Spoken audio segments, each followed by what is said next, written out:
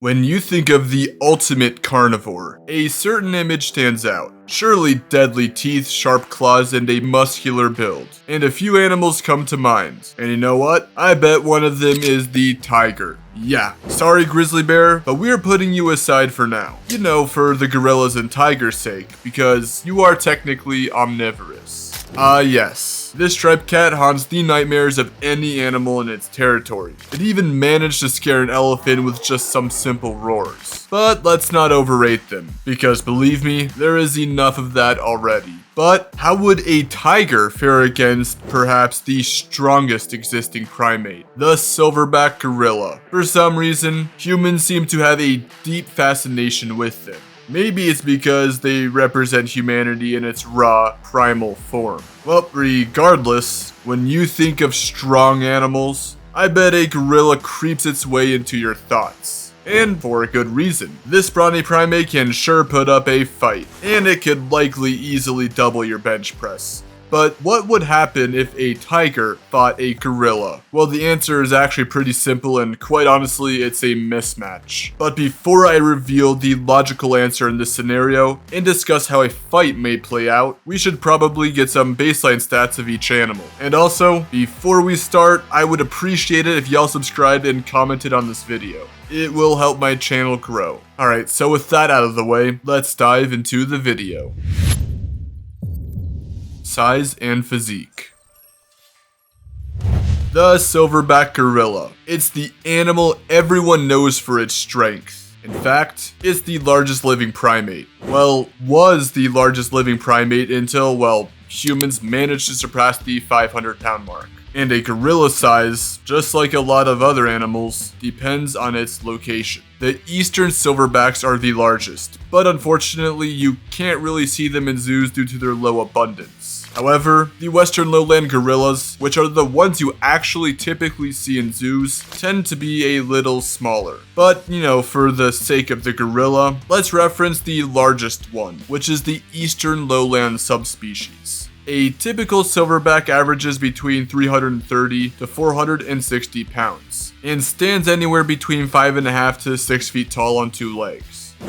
One may call them stocky, or others may call them big bones. But one thing's for sure, they pack a lot of muscle in their arms, shoulders, and back region. These muscles are actually more aimed at doing pulling motions, like climbing and dragging, rather than pushing. Well, anyways, perhaps one advantage a gorilla has in a fight against a tiger is its long arms. Gorillas have a wingspan of up to 8.5 feet in length. And those long arms help the gorilla move around quadrupedally. And yes, they mainly stay quadrupedal. Even when fighting, gorillas always manage to seem to default and rest in the quadrupedal position. Being a quadrupedal primate can pose some disadvantages, especially when fighting a tiger, such as having a pretty exposed back and rib region. You know, just kind of close to the ground, so it's easier for the tiger to exploit. But one benefit is an increased instability due to its huge arms, so its posture is what it is. But here's the thing, a gorilla's defense is actually pretty bad. It has anthropoid flesh that's wrapped around its muscle tightly. This means that it's actually pretty easy to rip through and tear. Thus, if done so, it can cause a lot of bleeding damage. Yeah, you know how cat scratches hurt? Imagine that, but on a larger scale for the gorilla. But that's if the tiger can get past its flailing arms that can put a bodybuilder to shame. And speaking of making bodybuilders suffer from body dysmorphia, the tiger is no slouch when it comes to size and strength. I mean, seriously, take a look at this beast's arm. Anyways, which tiger shall we pick? Well, there are 6 existing subspecies of tiger, but if we make the gorilla pick on, well, something its own size, the Siberian tiger and Bengal tiger come to mind. They are also the 2 largest tiger subspecies, with the Bengal tiger being the largest and the Siberian tiger being the second largest. And yes, you heard me right, folks. Siberian tigers are actually on average smaller than Bengal tigers now. This is due to poaching and habitat loss. So today, the average wild male Siberian tiger weighs in around 353 to 418 pounds, with the average being somewhere around the 389 pound mark. Don't get me wrong, that's a massive cat, but it's the Bengal brother that is just a little larger currently. The male Bengal tigers found around central India weigh between 368 to 515 pounds, with the average being somewhere around the 419 pound mark. So they're actually comparable in size to recent South African lions. But let's not go into the tiger versus lion debate. That just spawns way too much chaos. Alright, so the Eastern Lowland Gorilla and the Siberian/Bengal tiger weigh within about the same weight range. But how do their bodies compare? Well, one is a tiger and the other one is a gorilla. So obviously they're gonna be built different. The tiger supports a sleeker, longer body covered in fur. And having fur is actually an advantage against skin in fights. Essentially, the fur is looser fitting around the muscles. This allows it to bunch up with an applied force and not tear so easily. The tiger is very muscle dense, just like the gorilla, but perhaps its upper body isn't as conventionally brawny per se. So I guess the gorilla has that going for it. You know, it having a more compact and top-heavy build compared to the tiger. Oh yeah, the gorilla may also have a slight reach advantage with its longer arms, but that is questionable due to the two different fighting methods. You see,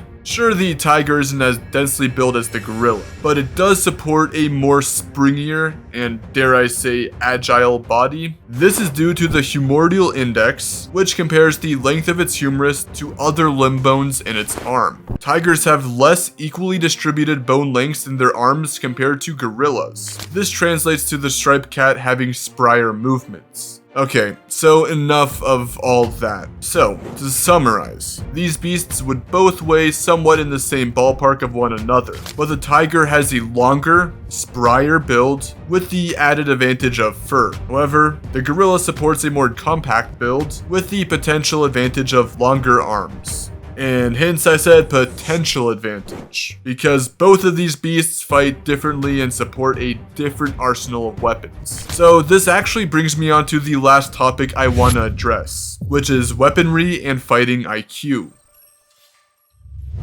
When a fight between a gorilla and a tiger takes place, well, how would it play out? Let me guess, y'all think a gorilla could one-punch a tiger. Well, if you think that, then you would be incorrect. You see, gorillas don't really punch, or actually have any formal boxing training for that matter. Whoa, shocking, am I right? And they actually can't punch due to certain bones and muscles, but let's not get into that right now. Let's focus on more of their fighting ability. So when silverbacks fight, they actually tend to just kind of flail their arms around at their opponents, hoping to gain a position advantage. In fact, striking with their arms only seems to be a kind of distance thing. Gorillas tend to prefer to wrestle and getting close to bite rather than hit. I mean seriously, check out that single leg takedown. Okay, hold up. I mentioned a gorilla's bite, and I know for sure there's a lot of misconceptions about its strength. But you know what? To save some time, let's just compare it to the tiger for this matter. Gorillas don't really have an all-effective bite for dealing lethal damage. Their mouth is pressed right against their face, and their dentistry is built for an herbivorous diet. Their teeth, although daunting, are just that, intimidating. That's what they're used for. Additionally, their tooth shape and structure make it such that they're actually somewhat weak when put against heavy pressure. So, how does that compare to a tiger? Well, a tiger's snout is a lot more elongated and is housed with sharp teeth built for a carnivorous diet. A tiger's canines not only have a superior shape to puncture, but it's a lot better suited for resisting stress and sinking into muscle, since, you know, they are carnivores after all. So, not only would the tiger have a bite reach advantage due to its elongated skull, meaning that it can bite the gorilla before the gorilla bites it, but it simply just has better teeth suited for killing animals. And sure, a gorilla's bite would hurt a human, but I seriously doubt it would do anything to a Siberian or Bengal tiger. Oh yeah, hey, one more thing, a gorilla's bite force is actually not 1300 psi of what many think. Seriously, can anyone actually find the scientific paper mentioning that information? Nope. Well, here are some scientific papers mentioning their bite force, and it says they can now put a bite force of around 503 psi over 4 molar teeth if the numbers are translated correctly. That's about around 4-ish times stronger than what a human can do. As for the Siberian tiger / Bengal tiger, it's more around the 1000 psi mark. Alright, so in the best case scenario, assuming a gorilla can actually bite the tiger, it has to get really close, which unfortunately would put it in a compromising position in this sort of fight. You know, the tiger will take out its other weaponry, that being its sharp claws. The tiger's claws can easily rip through the flesh of deer and wild boars with ease.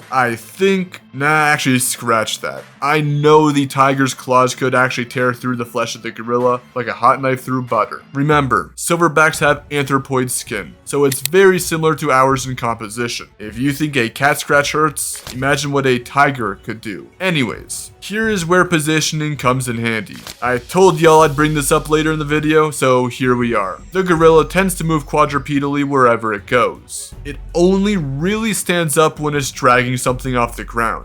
And sure, they actually might stand up for a brief moment in fights, but that's just brief. They usually leave the ground if they're swinging their arms in fights, and even then, they mainly rely on resting its weight on its opponent when fighting like that. So very similar to wrestling. The tiger, on the other hand, likes to spring up and stand up when brawling. When doing so, the tiger berates their victim with claw strikes. They also tend to be more leapy, in the sense that they like to lunge at their opponents. Gorillas, on the other hand, rely more on stabilization and wrestling. Oh wait, also, I actually forgot to mention instincts. Tigers are hyper carnivores, so they have a great predatory instinct. This means that they like to go for the kill and target more vital spots when brawling. Silverbacks, although mighty in their own right, are herbivores. When they fight, they don't really go for the kill, and they don't really have the instinct to do so. And this makes sense because, well, they just eat plants and don't actively have to hunt. Alright, so the exposed back or stomach the gorilla might show in the brawl would be detrimental, especially with its rippable skin. Remember, they like to move around quadrupedally, so the tiger having access to the back or ribcage region would be pretty easy to get. But gorillas do have intelligence on their side, so I guess they have that going for them. Okay, well, whatever point the gorilla can take, I guess. Also, let's not bring up the whole leopards hunting gorillas thing, since in a previous video, I went on and disproved that leopards actually do not hunt silverbacks, but rather younger sick gorillas at night by ambush. Anyways, I think it's about time that we finish this video up and determine a verdict.